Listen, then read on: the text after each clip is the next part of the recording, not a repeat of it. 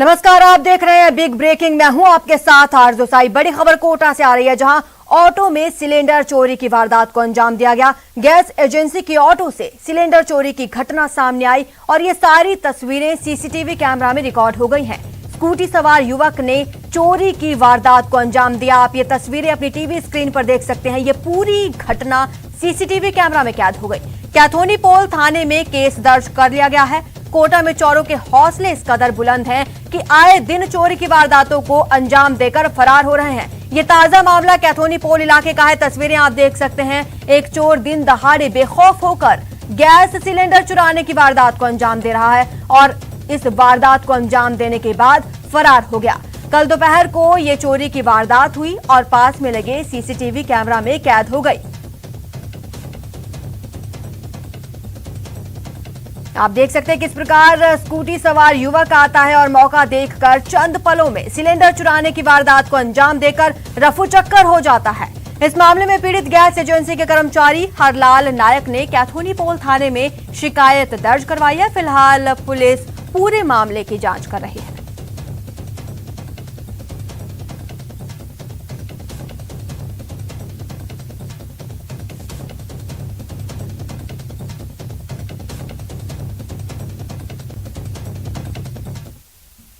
अब बात रिश्तों के कत्ल की करते हैं। अजमेर के दो अलग अलग जगह दो हैवान पतियों ने अपनी पत्नियों पर जानलेवा हमला कर दिया। पहली तस्वीर ये अलवर गेट की है, जहां एक पति ने अपनी पत्नी की पीट कर हत्या कर दी। दूसरी तस्वीर श्रीनगर थाना क्षेत्र के चांद सेना की है। यहां एक पति ने गर्भवती पत्नी को धारदार हथियार से उस पर हमला कर दिया और पत्नी की गला रेत कर हत्या कर दी। ये दोनों तस्वीरें आप अपनी स्क्रीन पर देख पा रहे हैं। ये दोनों अलग अलग जगह से आई तस्वीरें हैं और दोनों जगह पतियों ने अपनी पत्नियों का कत्ल कर दिया।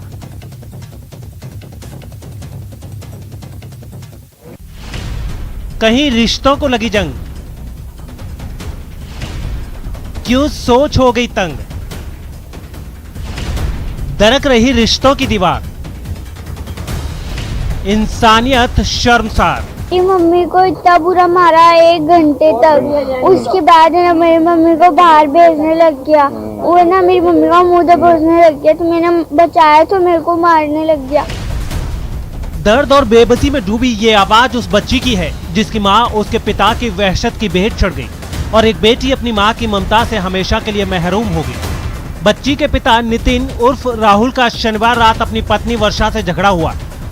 गुस्से में आकर नितिन ने वर्षा और बेटी प्रतिज्ञा की बेल्ट से बेरहमी से पिटाई की, जिसके बाद पत्नी की हालत बिगड़ गई।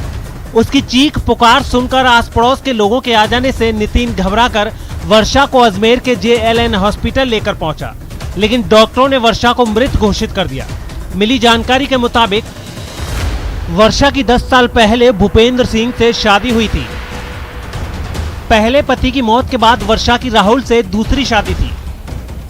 कोरोना से पहले वर्षा काम पर जाती थी, लेकिन लॉकडाउन की वजह से काम पर जाना बंद कर दिया, जिसके बाद पति पत्नी में आए दिन झगड़े होने लगे। लेकिन इस बार झगड़े की हद हो गई।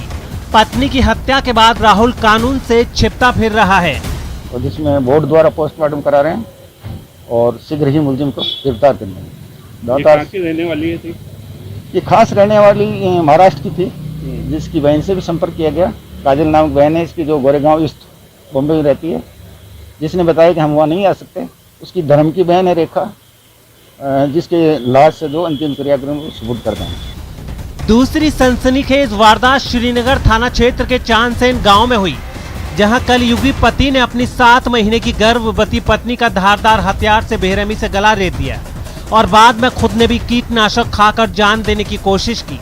फिलहाल आरोपी पति का अजमेर के JLN अस्पताल में इलाज हो रहा है। हत्या की वजह घरेलू कलह बताई जा रही है। भले ही पति के हाथों पत्नी की हत्या पुलिस के लिए एक केस हो, लेकिन रिश्तों के खून ने लोगों को झकझोर कर रख दिया है। सवाल यही है, क्या इंसान पर गुस्सा इस कदर हावी हो जाता है कि वो अपनों का ही कत्ल करने पर आमादा हो जाता है? न्यूज 18 राजस्थान के लिए अजमेर से अभिजीत दवे की रिपोर्ट। तो अगली खबर जोधपुर के फलौदी से आ रही है, जहां कुटिया में साधु की निर्मम हत्या कर दी गई और आरोप लग रहा है शिष्य पर। पुलिस ने शव को पोस्टमार्टम के लिए भेज दिया है और परिजनों की शिकायत पर हत्या का केस दर्ज कर लिया गया है। मृतक साधु और शिष्य के बीच जमीन विवाद बताया जा रहा है। फलौदी के केशव नगर मलार रोड की ये घटना बताई जा रही है। तो आपको बता दें कि फलौदी से ये खबर है, जहां एक कुटिया में साधु की निर्मम हत्या कर दी गई और आरोप शिष्य पर लगा है।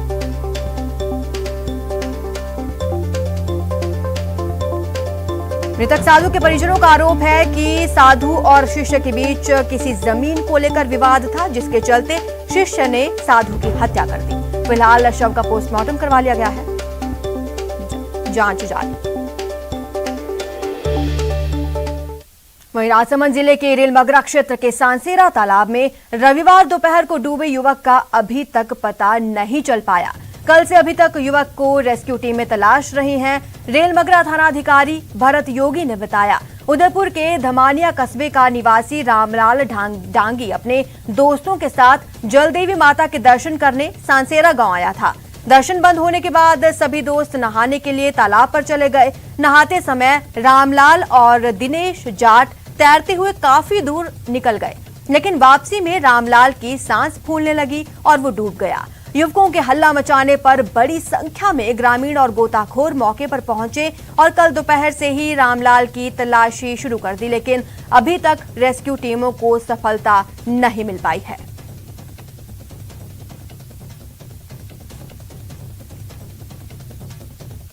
झुंझुनू में सुल्ताना के किठाना मोड़ पर अवैध शराब की दुकान पर कार्रवाई की गई। ये कार्रवाई जिला स्पेशल टीम और सुल्ताना पुलिस ने संयुक्त रूप से की।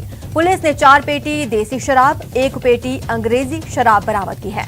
शराब बेच रहे युवक को हिरासत में लिया गया, जिससे पूछताछ जारी है।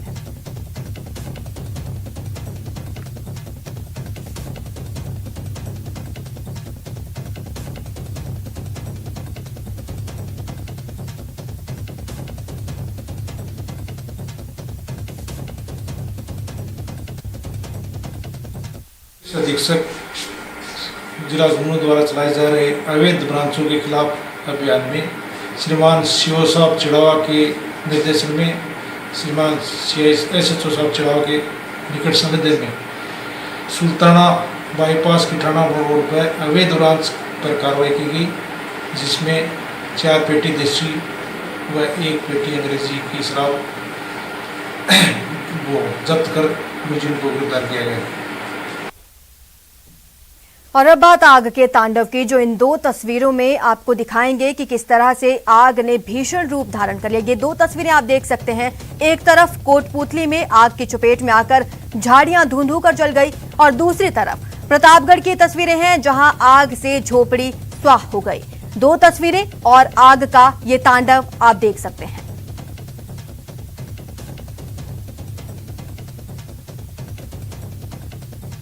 आप देख सकते हैं किस तरह से आग ने विकराल रूप धारण कर लिया है। सांभर लेक कस्बे में झाड़ियों में भीषण आग लगी, पहली तस्वीर। वहीं दूसरी तस्वीर में एक झोपड़ी में आग लग गई।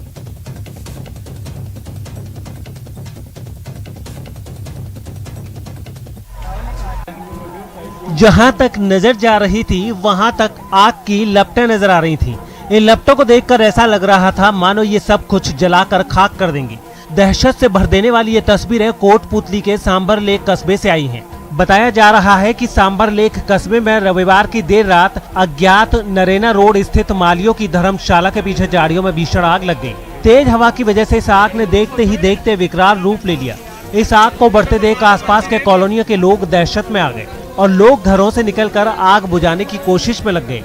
पहले तो लोगों को लगा कि झाड़ियों की आग को वो अपनी कोशिश से बुझा लेंगे, लेकिन कुछ ही देर में उन्हें अंदाजा हो गया कि इस आग पर काबू पाना इतना आसान नहीं है। लिहाजा इन लोगों ने फायर ब्रिगेड को खबर दी और फिर फुलेरा से फायर ब्रिगेड की गाड़ी यहां पहुंची।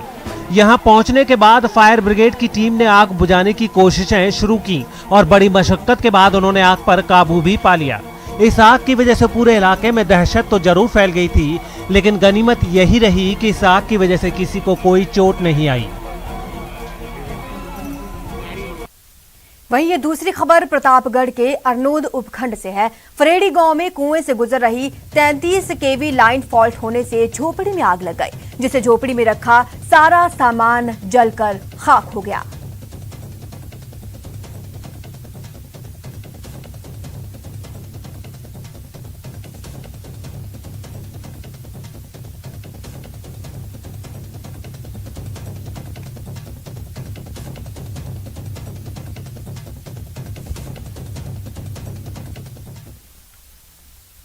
तो जयपुर के झोटवाड़ा स्थित शमशान घाट में कुत्ते के अंतिम संस्कार को लेकर विवाद खड़ा हो गया। यहां दो महिलाओं ने एक व्यक्ति की मदद से अपने पालतू कुत्ते का अंतिम संस्कार किया। मामले की जानकारी मिलने पर शमशान घाट से जुड़ी समिति के पदाधिकारी मौके पर पहुंचे और विरोध जताया। समिति से जुड़े अंशुल शर्मा ने बताया कि इलाके के लोग आक्रोशित हैं और पुलिस अफसरों से मिलकर विरोध जताएंगे। गुरुजी एक बार माफ कर दें, एक बार माफ कर आप कराने कोई है ना 28 डिवीजन न थे मैंने एक मौका दिया एक बार बात करो गुरुजी एक छोड़ दो छोड़ दो नहीं गुरुजी में आप भी बहुत गलत तरीका है ये, जहाँ पे मनुष्य का अंतिम संस्कार किया जाना चाहिए शमशान भूमि में, तो जहाँ पे बिल्कुल हिंदू रीति रिवाज से उसका संस्कार करते हैं सभी धर्मों के लोग। वहाँ पे आप मतलब दो महिलाएं आई और झोटवाड़ा शमशान में उन्होंने अपने कुत्ते का वहाँ पे अंतिम संस्कार किया जिस जगह पे, तो ये गलत है, आक्रोश व्याप्त है। हम आज पुलिस के आला अधिकारियों को ज्ञापन देंगे और उनके खिलाफ बिल्कुल कार्रवाई की मांग करेंगे। ये गलत चीज है, बिल्कुल टॉलरेट नहीं की जाएगी। 3 महीनों से पानी की भारी किल्लत से परेशान नागौर के राठौड़ी कुआं इलाके के लोगों ने सड़क पर हंगामा किया। वहीं समस्या का समाधान नहीं होने पर लोगों ने नगर परिषद के बाहर धरना प्रदर्शन की चेतावनी दी है। अंधेरी रात में सड़क पर जमघट लगाए ये लोग पीने का पानी नहीं मिलने की वजह से नाराज हैं और रात में ही शासन प्रशासन के प्रति नाराजगी दिखाने सड़क पर उतर आए हैं। गुस्से में रात को प्रदर्शन और नारेबाजी वाली ये तस्वीरें नागौर के राठौड़ी कुआं इलाके से आई हैं। बताया जा रहा है कि पिछले कई दिनों से यहाँ पानी नहीं आ रहा है और पानी किल्लत की वजह से यहाँ के लोगों का रविवार रात सब्र टूट गया और वो बाहर प्रदर्शन के लिए निकल आए। यहाँ के लोगों का कहना है कि पिछले 3 महीनों से यहाँ के लोग पानी की कमी से परेशान हैं। कई बार जलदाय विभाग और नगर परिषद को इन लोगों ने पानी की कमी की बात बताई, लेकिन किसी ने कोई सुध नहीं ली। लिहाजा वो सड़क पर उतर आए हैं और चेतावनी दी है कि जल्द ही अगर पानी की समस्या का समाधान नहीं किया गया तो वो नगर परिषद के बाहर धरना प्रदर्शन शुरू कर देंगे। 3 महीनों से पानी नहीं आ रहा है। अच्छा, बहुत परेशान है, पीने का पानी नहीं है, क्या करें। हम तो प्रदर्शन कर देंगे। न डरिए न डराइए, सच जानिए और वही बताइए। प्लीज अफवाह मत फैलाइए। वैक्सीन ही संजीवनी है, इसे अपनाइए और यही काम कर रहा है नेटवर्क 18, जो फेडरल बैंक के साथ मिलकर वैक्सीनेशन को लेकर जागरूकता अभियान चला रहा है, जिसका नाम है संजीवनी अ शॉट ऑफ लाइफ और काम है जागरूकता के जरिए कोरोना को मात देना।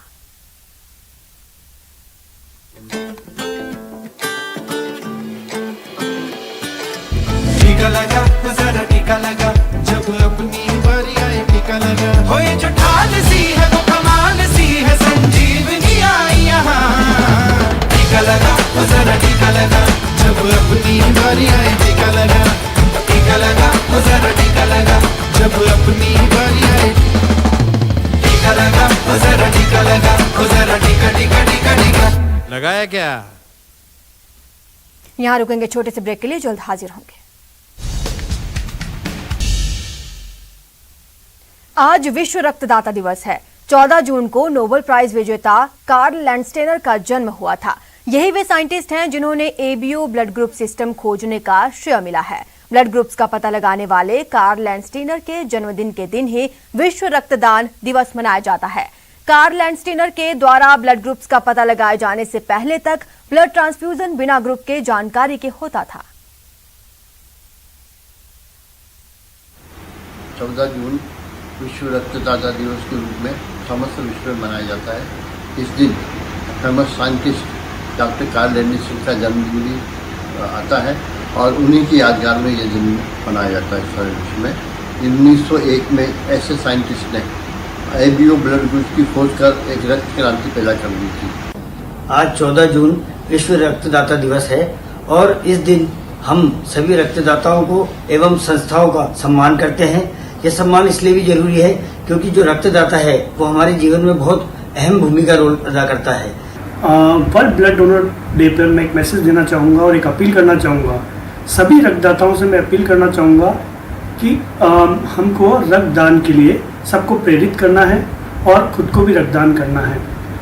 कई बार ये देखा जाता है कि हमारे किसी परिचित को या हमारे घर परिवार में किसी को अगर ब्लड की ज़रूरत पड़ती है तो आज भी ये ये है कि आज हम अप्रोच लगाकर ब्लड लेने की कोशिश करते हैं, किसी से कहलवाने की कोशिश करते हैं, और जबकि ये होना चाहिए कि अगर आप सक्षम हैं तो सर्वप्रथम आप ब्लड दें, उसके बाद अगर आपको ज़रूरत पड़ती है तो आप किसी की अप्रोच लगाएं या किसी कैंप ऑर्गेनाइजर से बोल के ब्लड लें।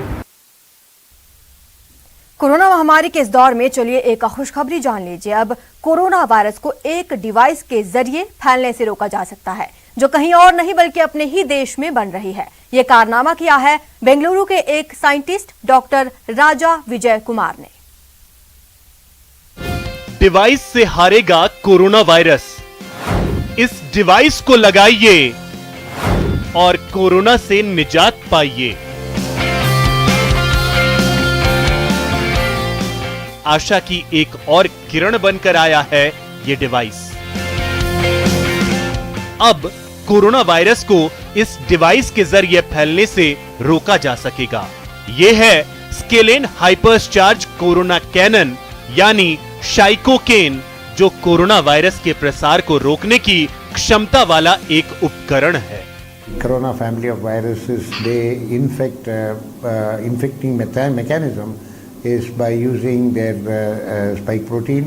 The idea is to break that mechanism and prevent it from or reduce the amount of infection that it can do.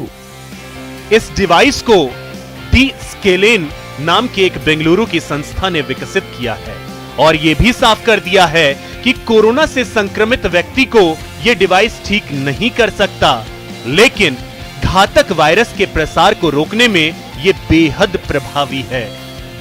अगर किसी कमरे में इस डिवाइस को लगाया गया है तो वहां किसी संक्रमित व्यक्ति के खांसने या छींकने से निकलने वाले वायरस को यह डिवाइस तुरंत अप्रभावी कर देता है।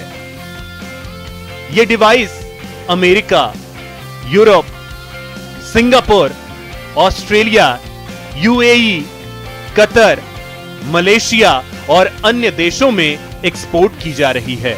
इसे पूरी दुनिया में पहुंचा रही है एक कंपनी जिसका नाम है शाइकोकेन कॉरपोरेशन। शाइकोकैन एक ऐसी नवयुक्ति है जो कोरोना को फैलने से रोकती है। देश और विदेश के जाने माने लैब्स ने इसे टेस्ट किया है, उससे दो चीजें साबित होती हैं। ये 99.9% तक ट्रांसमिशन को रोकती है और ये मनुष्यों के लिए, पशुओं के लिए और वातावरण के लिए बिल्कुल सुरक्षित है। इसको लगाने से हम अपने घरों को अंदर, अपने ऑफिस के अंदर, स्कूल, कॉलेज, अस्पताल, फैक्ट्रियां सब सुरक्षित तरीके से चला के अपनी लाइफ को नॉर्मल ला सकते हैं। शाइकोकेन एक ऐसी डिवाइस है जिसे फैक्ट्री, अस्पताल, ऑफिस, स्कूल, मॉल, होटल, हवाई अड्डे या किसी भी बंद क्षेत्र में आसानी से लगाकर कोरोना वायरस को फैलने से रोका जा सकता है। हम फिर से पढ़ाई और रोजगार सुरक्षित तरीके से दोबारा शुरू कर सकते हैं। इसकी कीमत भी सिर्फ 25,000 रुपए से शुरू होती है। कंपनी का दावा है कि यह डिवाइस कोरोना वायरस में मौजूद स्पाइक प्रोटीन या एस प्रोटीन को बेअसर करने में 99% प्रभावी है। मतलब साफ है कि कोरोना महामारी के खिलाफ एक और अचूक शस्त्र मिल गया है। Bureau report, news 18 network. और अब बात एक ऐसे सपने की जो जल्द ही साकार होने वाला है। वो सपना जिसमें आसमान से वैक्सीन की डिलीवरी होगी और जहां सड़क नहीं है वहां के लोगों को भी कोरोना से बचाव का टीका लगेगा।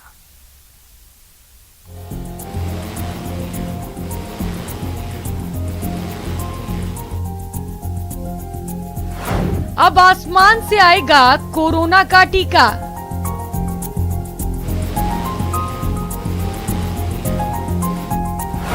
जहां सड़क नहीं वहां भी जल्द पहुंचेगी वैक्सीन।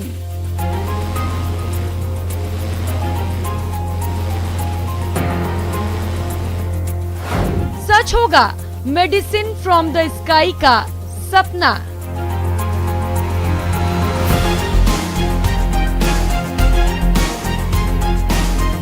ख्वाब अब हकीकत में बदलने वाला है। जल्द ही भारत में भी आसमान से लोगों के आंगन और घर की छतों पर मेडिसिन की डिलीवरी का सपना साकार होने वाला है।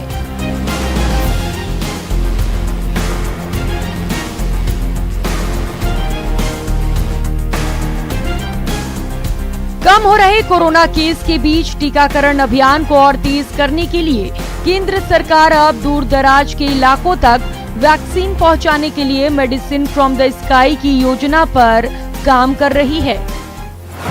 सुदूर इलाके में यूएवी यानी ड्रोन के जरिए वैक्सीन पहुंचाई जाएगी। आईआईटी कानपुर ने मेडिसिन फ्रॉम द स्काई योजना पर रिसर्च पूरी की है। Indian council of medical research ICMR ने इसे मंजूरी दी है। वैक्सीन डिलीवरी के लिए ड्रोन की रेंज 35 किलोमीटर तय हुई है। ड्रोन की उड़ान के लिए 100 मीटर की ऊंचाई निर्धारित की गई है। फिलहाल वैक्सीन खरीदने का काम HLL लाइफ फेयर करती है। दुर्गम इलाकों में वैक्सीन पहुंचाने के लिए निविदाएं जारी हो चुकी हैं। 22 जून तक कंपनियां वैक्सीन डिलीवरी के लिए बोली लगा सकती हैं। तेलंगाना में ड्रोन से वैक्सीन डिलीवरी पर रिसर्च पहले से हो रहा है। मतलब साफ है, 22 जून के बाद ये तय हो जाएगा कि किन किन इलाकों में ड्रोन के जरिए वैक्सीन की डिलीवरी की जाएगी और फिर भारत दुनिया के उन चुनिंदा देशों के क्लब में शामिल हो जाएगा जहां मेडिसिन फ्रॉम द स्काई की सुविधा मिलती है। Bureau report, news 18 network. Chittorgarh जिले में जिला मुख्यालय के आयुर्वेद चिकित्सालय में तैनात डॉक्टर सौरभ सिंह हाडा बच्चों की इम्यूनिटी बढ़ाने की दिशा में काम कर रहे हैं। माना जाता है कि स्वर्ण प्राशन एक कारगर औषधि है जो बच्चों की इम्यूनिटी बढ़ाने के लिए सहायक है। संक्रमण काल में कोरोना वायरस से बचने और इम्यूनिटी बढ़ाने के लिए बच्चों को स्वर्ण प्राशन पिलाया गया। दरअसल कोरोना वायरस के लगातार बदलते वेरिएंट और तीसरी लहर की आशंका की वजह से सरकार और स्वास्थ्य महकमा टेंशन में है। इसीलिए हर वो उपाय किए जा रहे हैं जिससे बच्चों को कोरोना संक्रमण से बचाया जा सके और तीसरी लहर के दौरान संक्रमण की गति को कम किया जा सके। इसी कोशिश के तहत चित्तौड़गढ़ में आयुर्वेद विभाग की ओर से बच्चों की रोग प्रतिरोधक क्षमता यानी कि इम्यूनिटी बढ़ाने के लिए स्वर्ण प्राशन पिलाया गया। स्वर्ण प्राशन को लेकर डॉक्टर सौरभ सिंह हाडा का कहना है कि बच्चों की इम्यूनिटी बढ़ाने के लिए वो लगातार कोशिश कर रहे हैं और आयुर्वेद के मुताबिक स्वर्ण प्राशन एक अत्यधिक कारगर औषधि है जो बच्चों की इम्यूनिटी बढ़ाने के लिए सहायक है। थर्ड लहर की आशंका को देखते हुए बच्चों में इम्यूनिटी पावर को बढ़ाने के लिए स्वर्ण प्राशन है जो यहाँ पे आज यूज की गई और मैं विशेष तौर से जो डॉक्टर सौरभ सिंह हाडा का धन्यवाद ज्ञापित करना चाहूँगा कि इनके प्रयासों से जैसे ये जो दवाई वगैरह तैयार की गई है और बच्चों को इसका बहुत आगे फायदा मिलेगा, रोग प्रतिरोधक क्षमता है। अजमेर में आज से कोरोना समाप्ति और बेहतर मानसून की प्रार्थना को लेकर 5 दिवसीय विशेष हवन यज्ञ शुरू हुआ। महर्षि दयानंद सरस्वती की निर्वाण स्थली भिनाय कोठी में शुरू हुए इस यज्ञ में कोरोना के खात्मे के लिए विशेष रूप से औषधीय सामग्री का इस्तेमाल किया जा रहा है। यह हवन अगले 5 दिन तक सुबह शाम 2 घंटे तक किया जाएगा।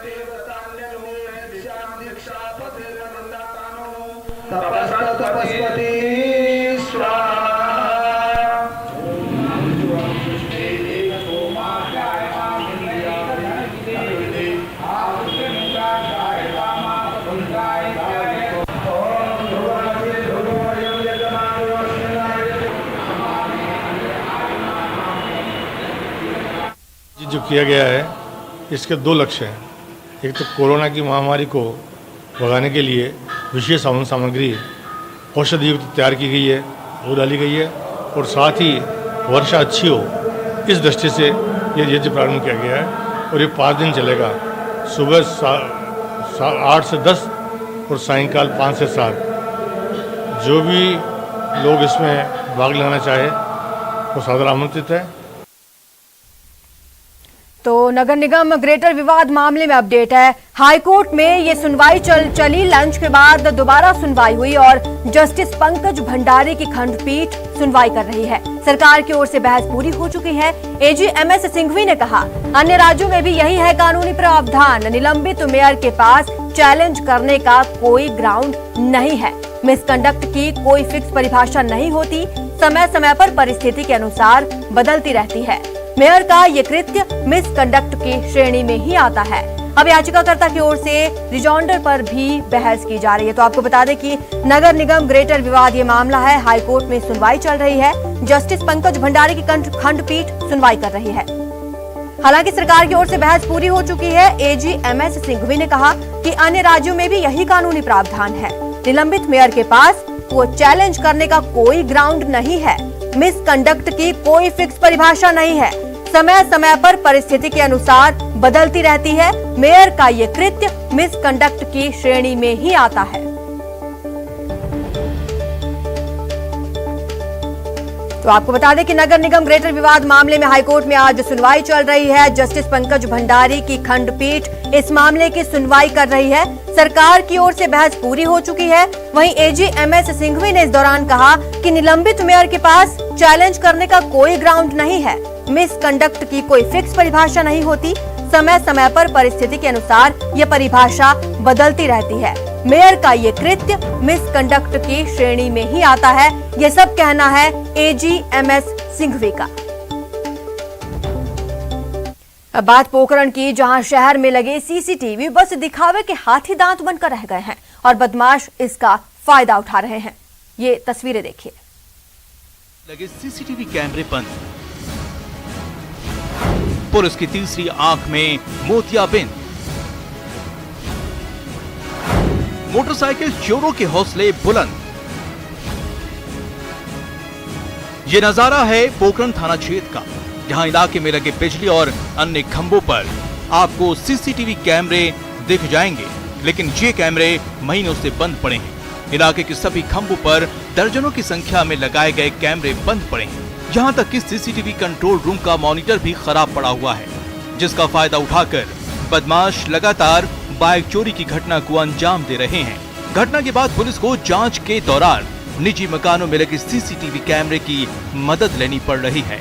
वहीं इस मसले पर पोखरण थाने को कोई भी अधिकारी बोलने को तैयार नहीं है।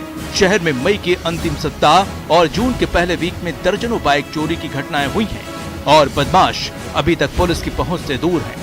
पुलिस की तीसरी आंख में प्रशासनिक लापरवाही की वजह से आई खराबी का फायदा बाइक चोर उठा रहे हैं और हाल के दिनों में चोरों के हौसले इतने बुलंद हैं कि वो दिन दहाड़े बाइक चोरी की घटना को अंजाम दे रहे हैं। वहीं दूसरी ओर चोरी की घटनाओं को लेकर शहरवासियों में दहशत का माहौल है। सनवाल, न्यूज़ 18 राजस्थान, पोखरण। इस बुलेटिन में फिलहाल इतना ही। ज्यादा जानकारी के लिए आप बने रहे हमारे साथ और देखते रहिए न्यूज़ 18 राजस्थान।